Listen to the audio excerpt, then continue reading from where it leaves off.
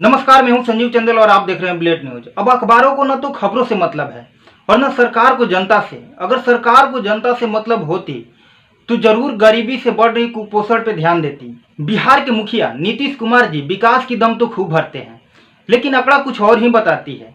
विश्व में सबसे अधिक बच्चे बिहार में कुपोषित हैं। कुपोषित बच्चों का भविष्य में मानसिक, शारीरिक और बौद्धिक विकास सुनिश्चित हो सके, इसके लिए राज्य में कुपोषित बच्चों की देखरेख और उनके इलाज के लिए अलग से बजट का प्रावधान किया गया है। इस राशि से कुपोषित बच्चों का इलाज और उनके पौष्टिक आहार की व्यवस्था की जा सके। अब बिहार के स्वास्थ्य मंत्री मंगल पांडे जी कह रहे हैं, कुपोषण के शिकार होने का मुख्य कारण है कि उन्हें पर्याप्त मात्रा में प्रोटीन नहीं मिल पाती है। जब महंगाई और बेरोजगारी बढ़ेगी तो गरीबी तो बढ़ेगी ही। सबसे पहले इनका बयान सुनिए। बच्चों का कुपोषण एक बड़ी समस्या है, क्योंकि बच्चों के अंदर इम्यूनिटी पावर बढ़िया हो, बच्चों के का हेमोग्लोबिन बढ़िया हो, बच्चों का हेल्थ बढ़िया हो, तो जो पोषित बच्चे होते हैं, मतलब शरीर को जितने तरह के मिनरल्स की जरूरत है, प्रोटीन की जरूरत है, वो सारे चीज बच्चों को मिलने चाहिए। और जब बच्चा को वो पर्याप्त भोजन, उचित भोजन नहीं मिलता है तो फिर कुपोषण का वो शिकार हो जाता है बच्चा। और कुपोषित बच्चों के अंदर तरह तरह की बीमारियां आती हैं, विकृति आती हैं।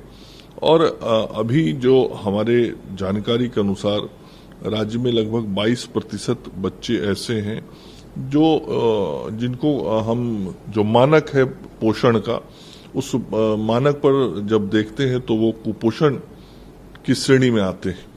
तो ऐसा नहीं कि वो बच्चे देखने से कोई आपको कमजोर दिखेंगे, लेकिन जब उसके शरीर की पूरी जांच की जाती है, हमारा आरबीएसके का कार्यक्रम चलता है, तो बच्चों के स्वास्थ्य का परीक्षण भी हम करवाते हैं। तो एक एक चीज जब बच्चों का माइन्यूटली हम देखते हैं तो कई दिक्कतें आती हैं, पोषण का कमी आता है। और इसीलिए वैसे बच्चों को हम पोषण पुनर्वास केंद्र पर ले जाते हैं, वहां उनको बेहतर मील मतलब भोजन उपलब्ध कराते हैं, पोषक तत्व उनको उपलब्ध कराते हैं, ताकि हमारे बच्चे स्वस्थ हो सकें। और इसके लिए केंद्र चलाए जा रहे हैं राज्य के अंदर में, और उन केंद्रों पर बच्चों को हम प्रोत्साहित करके भेजने का काम करते हैं। जो छोटे बच्चे होते हैं उनके अभिभावकों को, कि वो बच्चों को उन केंद्रों पर ले जाएं, ताकि उन केंद्रों पर हम बच्चों को बेहतर आहार उपलब्ध करवाएं, उनको पर्याप्त सही जानकारी दें, बच्चों को कैसे रखना, किस तरीके का भोजन देना, ताकि बिहार के अंदर इस आंकड़े को हम कम कर सकें। मंत्री जी बिहार की समस्या पर नहीं बोलना चाहते हैं। अब देश के प्रसिद्ध समाजशास्त्री और सामाजिक कार्यकर्ता जानरेज ने एक रिपोर्ट में बताया है कि बिहार में बच्चों की आबादी का लगभग आधा यानी 48% कुपोषित हैं। उन्होंने कहा है कि ऐसे 20 से ज्यादा सामाजिक मानक हैं जिसमें बिहार का प्रदर्शन काफी खराब है। बिहार में 40% से ज्यादा लड़कियों की शादी कम उम्र में ही हो जाती है। कुपोषण के टीका पर उन्होंने कहा कि बीते 10 साल में 33% से बढ़कर 62% हो गया है, लेकिन वैसे बच्चों की संख्या 12% है जिन्हें कोई टीका नहीं लगता। अब सरकार के द्वारा बजट में कटौती को लेकर बच्चों के विकास के लिए नुकसानदायक बताते हुए उन्होंने कहा कि केंद्र सरकार ने मध्याह्न भोजन में लगभग 36% की कटौती की है।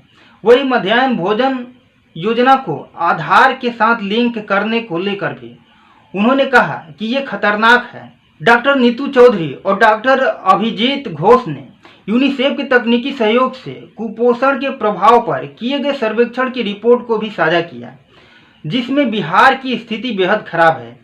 यूनिसेफ बिहार के प्रमुख सरदूर रहमान ने कहा कि 2011 की जनगणना के अनुसार बिहार में 1 वर्ष से 18 वर्ष के बच्चों की कुल संख्या 5,97,00,000 है, जिसमें 22.9% बच्चों में कुपोषण के लक्षण मिले हैं।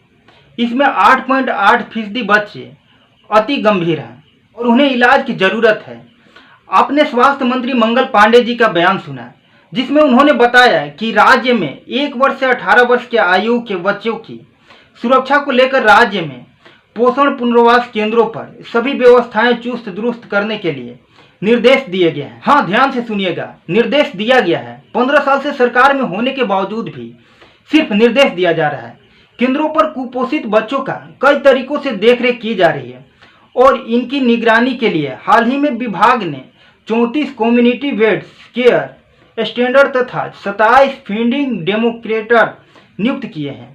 कुपोषित बच्चों को पोषण पुनर्वास केंद्रों तक पहुंचाने में अभिभावकों को जागरूक किया जा रहा है। आप होते रहिए जागरूक, मंत्री जी जागरूक करने में ही लगे हैं।